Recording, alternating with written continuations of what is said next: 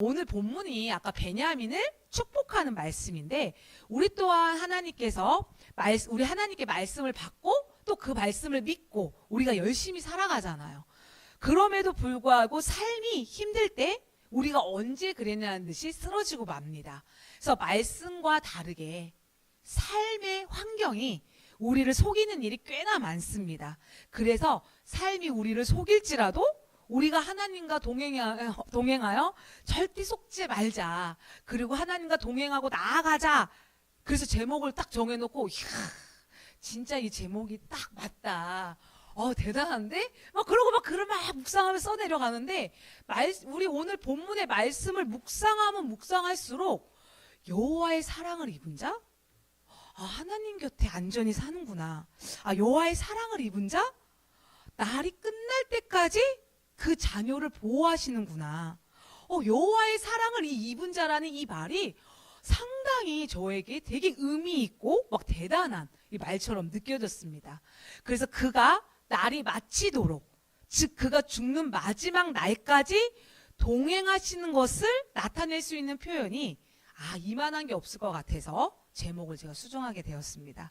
그래서 성도 여러분, 오늘 우리 제목 여호와의 사랑을 입은 자처럼 이곳에 앉은 성도님들 모두가 여호와의 사랑을 입은 자가 되어 사는 날까지 하나님의 인도하심으로 동행함으로 승리하고 축복하는 인생의 말씀이 전해지는 귀한 시간이 되길 바랍니다.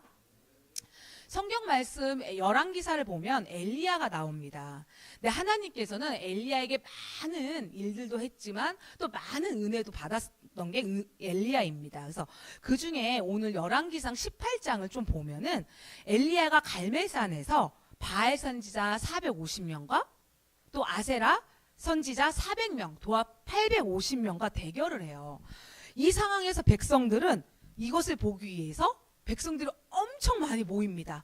우리가 구경 중에 가장 재밌는 구경이 싸움 구경이라고 백성들이 엄청 많이 모인단 말이에요. 그래서 열왕기상 18장 2절에부터 좀 쉬운 성경으로 읽어보면 엘리야가 백성 앞에 서서 여러분은 언제까지 바알과 여호와 두 사이에서 머뭇거리고 있을 겁니까? 여호와와 바알을 함께 섬길 것이요, 여호와가 참 하나님이면 여호와를 따르고 바알이 참 하나님이면 바알을 따르십시오. 이 얘기를 듣고 백성들은 아무 말도 하지 않습니다. 또 엘리야가 바알과 아세라 선지자들에게 이렇게 말합니다. 여호와의 예언자라고는 나밖에 남은 사람이 없소. 그러나 바알의 예언자들은 450명이나 되지 않소?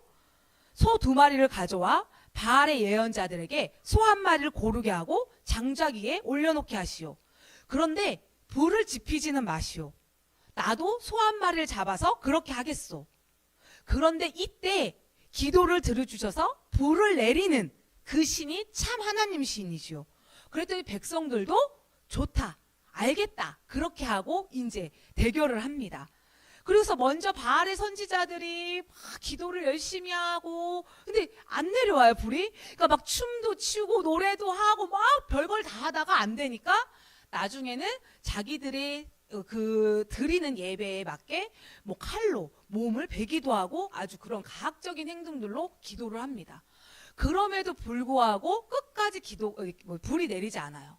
그런데 이때 엘리야는 어떻게 하냐면 물을 가져오라고 해서 어떻게 하죠? 그 제단 위에 물을 흠뻑 젓고 도랑을 파서 그 도랑에까지 물이 철철 넘치게 합니다. 사실 불이 내려오면 어떻게 해야 돼요? 바스락바스락 거리는 것도 불이 잘 탈까 말까인데 그렇게 물로 적신 이유가 뭐예요? 안 될 상황에서도 하나님이 하시면 이 일을 하시는 분이다. 이분이 참 하나님이라는 것을 부각시키기 위해서 엘리야가 그렇게 합니다. 그리고 엘리야가 기도를 하자 불이 내려와 제단도 다 탔지만 그 도랑에 있는 물까지도 다 타버리고 그 불까지도 다 말라버렸다고 해요.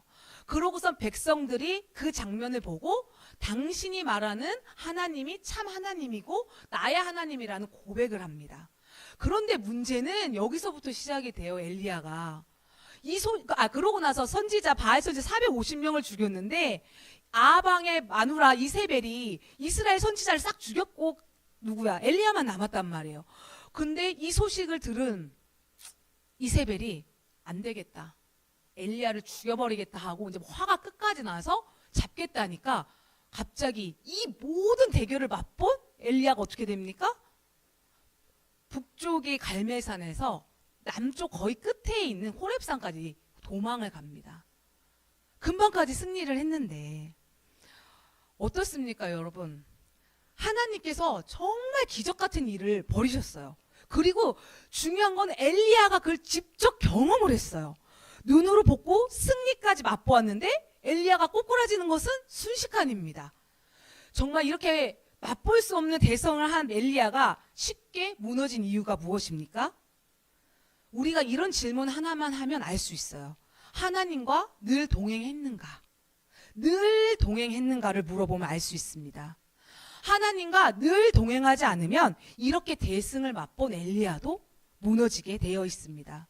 그런데 이런 일은 엘리야에게만 있는 일이 아닙니다. 이곳에 있는 우리도 마찬가지입니다. 우리가 하나님의 말씀을 받고 말씀대로 일하셨고 승리하셨고 하나님이 살아계셔서 나를 사랑하시나 봐. 하나님이 내 뜻을 이루어주셨어. 하나님 말씀대로 됐네?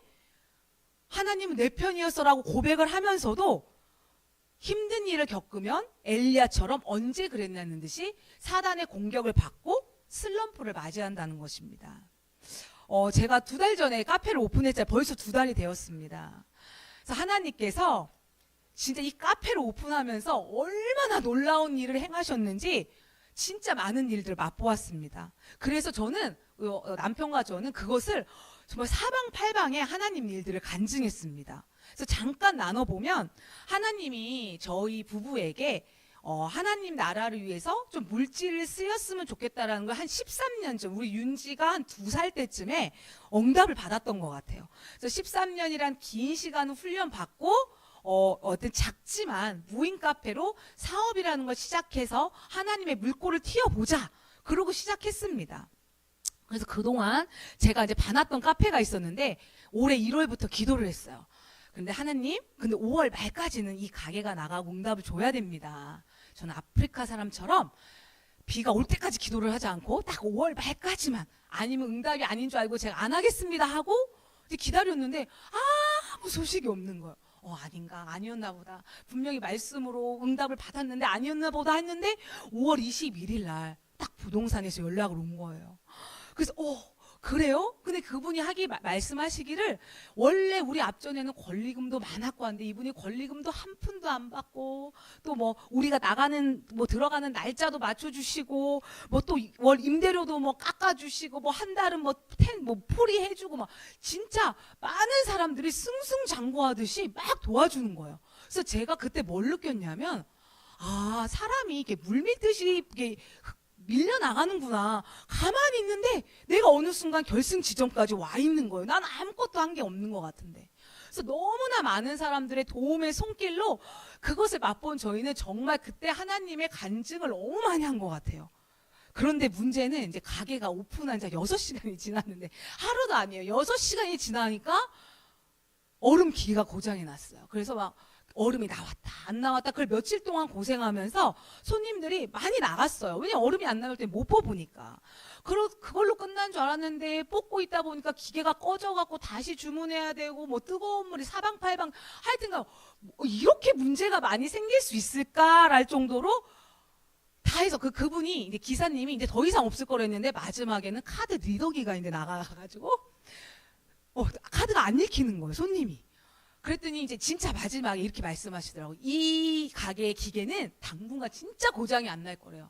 안 고친 게 없대요. 다 갈았대요. 그래서 고장난 게 없을 테니까 오래 쓰실 거라는 거야.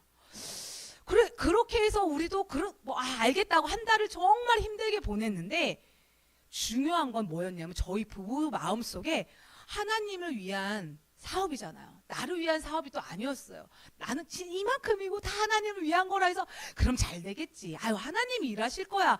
하나님 일을 위해서 하는데 하나님 일을 안 하시겠어?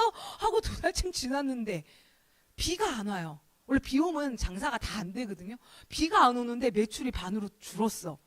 하루는 그럴 수 있지. 이틀째, 3일째. 뭘까? 이제 계산기들 두르기 시작합니다. 월세는 나와야 되는데. 그러니까 처음에는 하나님의 그 뜻대로 시작했지만 매출이 안 되니까 이제 조마조마해요.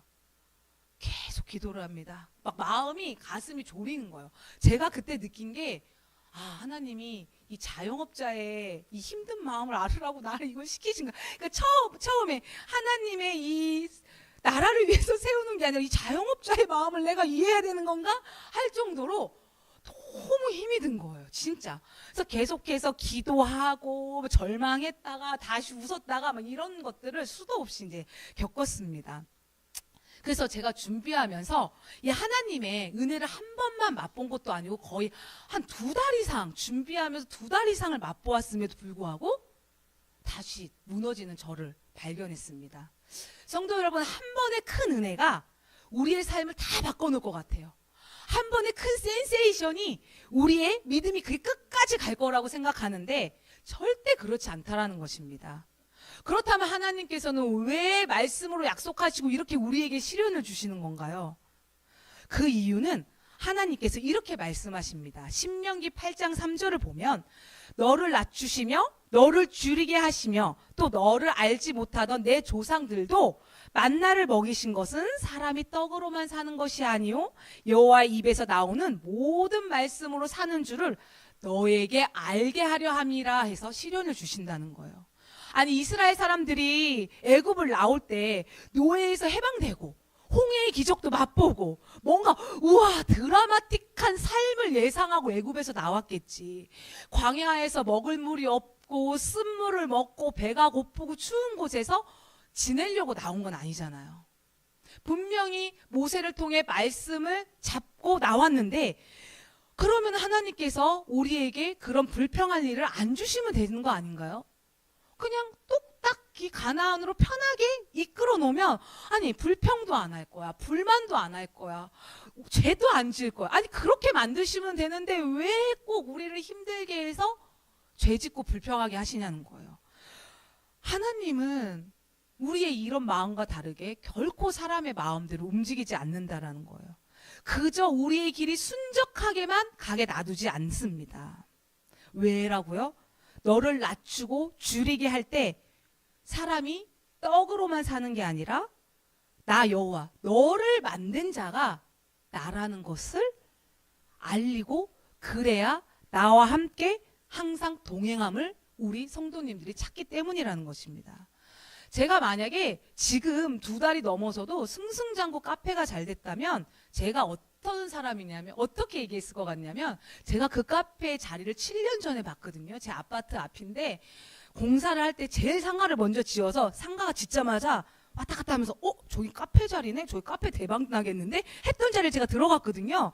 근데 아마 승승장구했다면 이야 역시 내가 보는 눈이 있어. 그래 내 눈은 밝지. 내가 사업을 했으면 대박이었을 텐데 내가 왜 사역자로 나와가고 저 아마 진짜 그랬을 것 같아요. 아마 하나님의 일하심은 없어지고 장덕이라는 사람만 남았을 것입니다. 그런데 하나님이 매출을 뚝 절반으로 계속 이어주면서 하나님만 계속 찾게 되는 하나님이 처음에 말씀하신 그 뜻을 발견해가는 저를 발견하게 되었습니다. 그래서 우리가 순간적으로 영적인 나락으로 떨어지지 않기 위해서 엘리야처럼 대승을 맛보면서도 그러한 것을 하지 않기 위해서는 우리는 영원히 하나님과 동행함을 잊지 않으셔야 됩니다. 그러므로 우리가 이럴 때가 있어. 야, 저 사람은 어떻게 고난도 없이 저렇게 평안히 가지? 라고 말하는 사람이 축복받은 것 같지만 그것이 축복이 아니라 고난과 역경이 있지만 저 사람 말씀 안에 살더니 또 해냈네? 야, 말씀 따라 살아가더니 저 사람 승리했네? 라면서 하나님의 영광을 드러내주며 그 섭리 안에 사는 사람이 축복받은 사람입니다. 그렇다면 우리가 이렇게 하나님의 섭리 안에 산다는 것은 어떻게 살아가는 것입니까? 하나님과 동행하는 삶입니다.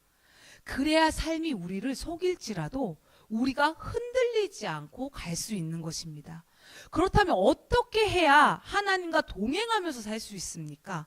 그것은 오늘 말씀처럼 여호와의 사랑을 입어야 동행할 수 있는데 우리가 하나님과 동행한 자라고 하면 2명이 딱 떠올라요.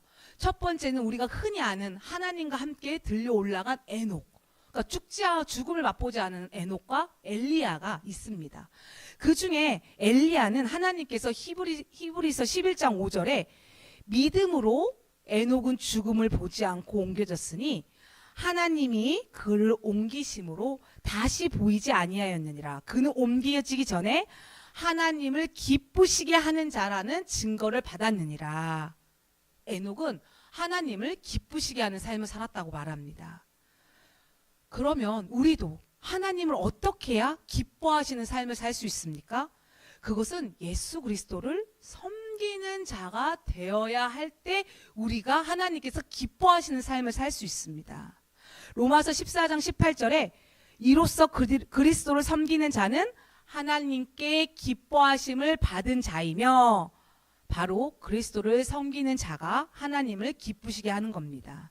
그럼 그리스도를 섬긴다는 것은 또 무엇을 의미합니까? 하나님의 말씀에 순종하는 것입니다. 즉 에녹은 하나님의 말씀에 순종하면서 살았고, 이를 통해 하나님을 기쁘시게 하는 자로 죽음을 맛보지 않고 들림을 얻게 된 것입니다. 그럼 어떻게 해야 하나님의 말씀에 순종하며 나아가요?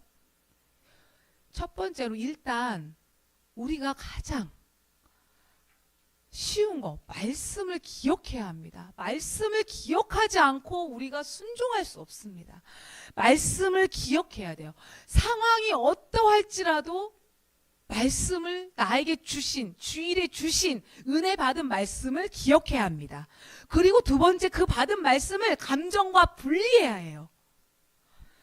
어떤 목사님이 이런 말씀을 했어요. 한국 사람은 기분 나쁘면 천국도 안 간다고 한대요. 그 정도로 되게 감정에 왔다리 갔다리 한다는 거예요. 근데 우스갯소리 같지만 감정이 사단이 가장 쉽게 하나님과 멀어지게 하는, 하나님과 동행하지 못하게 하는 게 감정이라는 거예요. 그러니까 순종하지 못하게 하는 제일 쉬운 도구인 거죠. 그래서 저 얼마 전에 진짜 목요일인가 일인데 이제 말씀을 준비하고 한껏 은혜를 받았습니다. 그런데 이제 집사님이 이런저런 얘기를 하는데 누군가의 이야기를 듣는데 막 분노가 있는 거야. 사람이 어떻게 그럴 수 있어? 인간이라면 그러면 안 되지 하고, 막 저도 사역자니까 욕은 막 못하는데 막 디스 아닌 것 뜻하면서 디스를 막 하는 거예요. 그리고 집에 와서 돌아보니까 하나님과 또 동행하지 못했죠. 그때 어떤 악한 모양이라도 버려라라는 말씀이 생각났다면 제가 디스하지 않았을 겁니다. 제가 정죄하지 않았을 거예요. 그냥 하나님이 듣긴 들었지만 하나님이 어떤 악한 모양이라도 버리기라 했으니 나는 내가 악한 판단을 하지 않고 하나님 그 사람 이렇습니다. 하나님 아시죠? 하고 그 문제를 넘겨버렸을 거예요. 그렇게 하는 것이 말씀에 순종하는 것입니다. 근데 감정에 순간적으로 딱 노예가 되니까 제가 그 사람을 정죄하고 불평하고 얘기하는 거잖아요. 그래서 우리가 감정이 섞여 있으면 하나님 말씀에 순종할 수가 없습니다. 그러면 절대로 동행하기가 힘들어요. 그래서 순종하라는 것이 거대하고 믿음이 가득한 큰 사람들만 이루어내는 것이 아니라 말씀을 기억하고 감정과 철저하게 분리돼서 내 문제를 하나님께 던져드리는 자가 말씀에 순종하는 것입니다. 그래서 혹시 성도 여러분, 삶이 너무 평안해서 내가 하나님을 찾을 것도 없이 너무 평안해서 주님과의 동행을 잊어버리고 계십니까? 신명기 8장 12절에서 보면 네가 먹어서 배부르고 아름다운 집을 짓고 거주하게 되며 또 내 소와 양이 번성하며 내 은금이 증식되고 내 소유가 다 풍부하게 될 때에 14절에 보면 네 마음이 교만하여 내 여호와 하나님을 잊어버릴까 염려하노라 라고 말씀하십니다.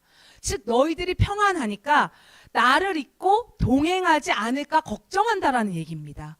또 말씀하시기를 여호와 너를 애굽 땅 종되었던 집에서 이끌어내고 단단한 반석에서 물을 내고 내 조상들이 알지 못하던 만나를 광야에서 먹인 것은 너를 낮추시고 시험하사 마침내 내게 복을 주려고 다 계획한 것이라는 거예요. 우리가 잘나서, 우리가 똑똑해서, 우리가 능력이 있어서 잘 먹고 잘 사는 게 아니라 그가 너에게 재물 능력을 주셨기 때문에 잘 사는 것이니 여호와를 잊지 말고 늘 동행하라는 것입니다. 평안하다고 하나님께 묻고 응답받으며 순종하는 걸 게을리해서 안 됩니다. 힘들다고 감정의 노예가 되어서 하나님의 말씀이 들어오지 않도록 영적인 패닉 상태로 우리를 만들어서는 안 됩니다. 우리는 어떠한 처지에 있더라도 하나님과 동행하는 자로 살아가야 할 것입니다. 누가 봐도 놀라운 은혜, 놀라운 기적이 진짜 기적이 아닙니다. 삶 속에 늘 여호와가 동행하느냐, 여호와의 사랑을 입은 자로서 가느냐가 진짜 기적인 줄로 믿습니다. 성도 여러분, 우리 몸에 있는 힘과 생각과 마음의 힘을 빼시기 바랍니다. 내가 할 수 있다는 생각을 버려버릴 때 우리가 그저 하나님께 기대어 하나님과 동행하는 자가 될 수 있습니다. 내 삶이 마칠 때까지 보호하시는 하나님의 놀라운 섭리를 맛볼 수가 있습니다. 그러므로 우리는 말씀이라는 단단한 반석 위에 내 감정을 던져버리고 우리의 삶을 하나님 말씀에 넣으시기 바랍니다. 그래야 여호와의 사랑을 입은 자로서 하나님과 영원히 안전하게 동행하고 하나님의 사랑을 듬뿍 받는 우리 빛과 소금의 성도님 되시길 간절히 기도합니다.